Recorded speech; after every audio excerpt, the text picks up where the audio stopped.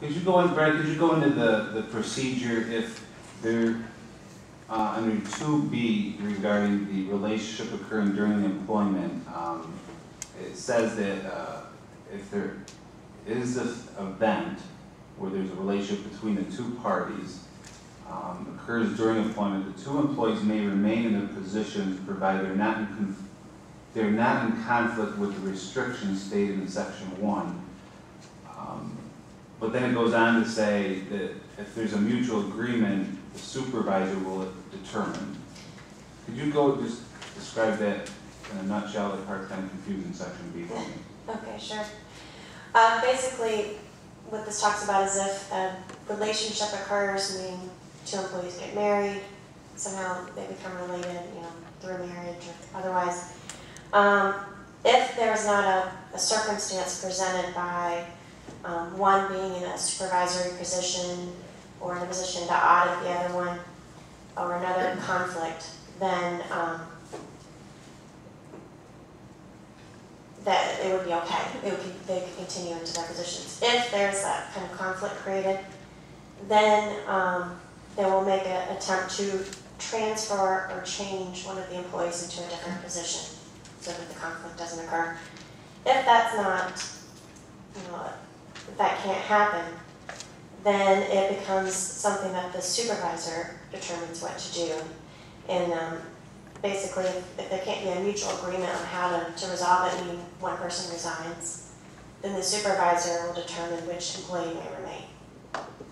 So, say there are two related people within the same department, as long as their work responsibilities are independent from one another, that they're not supervised, or one reports another or audit another, then the interpretation is that would be an acceptable work situation for both of them. That's the way this is set up, yes.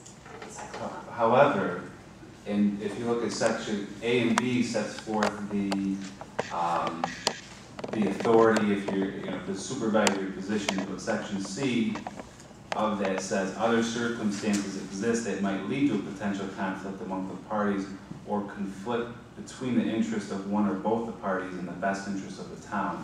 So that's kind of an open door catch-all, which it's not specifically defined, it's kind of a very open-ended.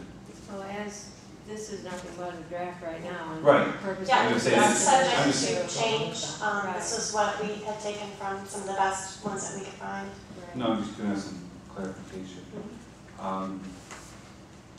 We have a unique situation in the highway department because of our snow plowing and our wing people. I know over a course of the years that it's difficult everyone wants to be a wing person as long as it's during the day or they have nothing better to do, but to get a call at 2 o'clock in the morning, sometimes it's a situation where you end up with family or children or retired folks of people that work within the town. So I'm wondering, Brenda, if that's something that, how that would be in conjunction with this because of the fact of getting these people to volunteer for this position. Volunteer? Well, I mean, they get paid for it, but it's sort of a volunteer because They have to volunteer to apply?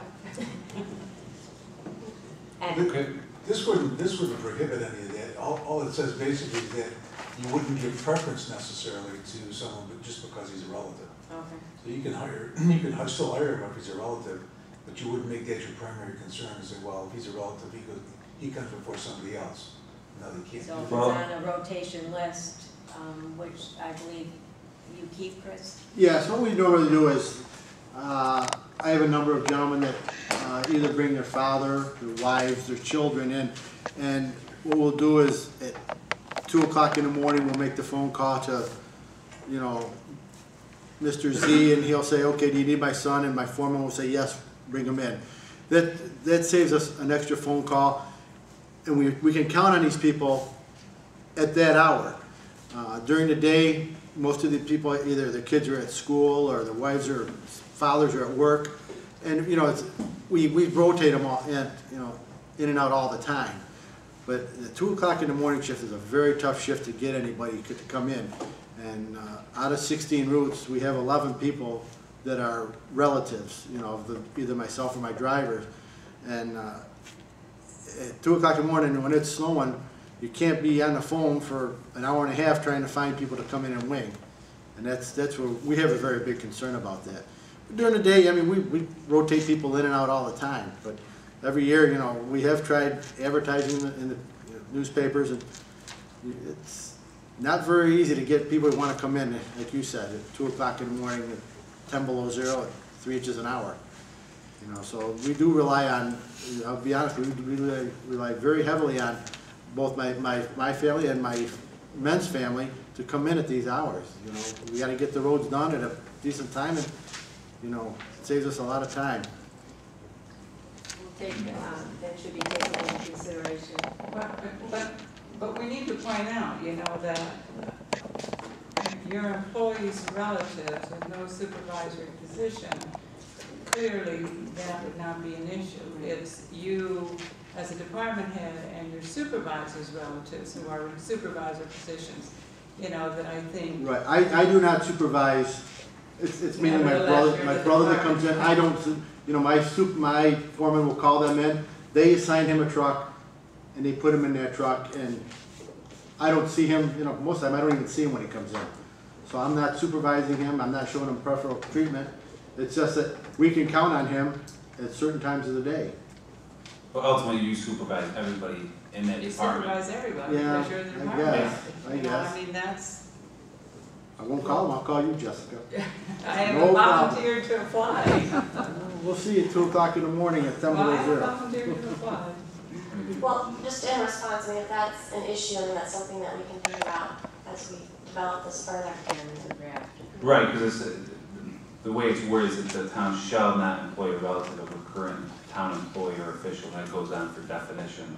So that's an issue that's going to be looked at. Plus, Sharon Edick has a situation where Tom has been in your office for quite some time, doing an excellent job there.